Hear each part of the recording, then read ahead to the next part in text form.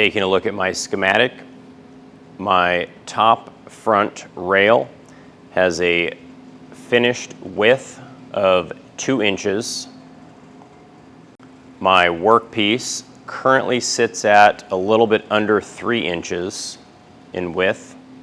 I have a knot on my workpiece that I want to cut out. So I'm going to begin by joining the edge opposite of the knot one time to clean it up.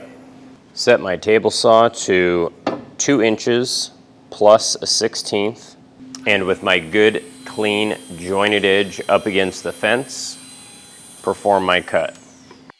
On my workpiece then, I have a good clean jointed edge and a mill marked edge by the table saw.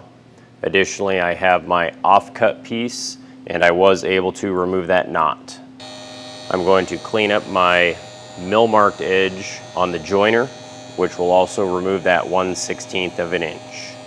And my workpiece now is a finished width of 2 inches by an oversized length of 21 inches by about 1 inch thick. This piece will also be left at an oversized length until we get the stiles installed on our project, because this goes between the stiles.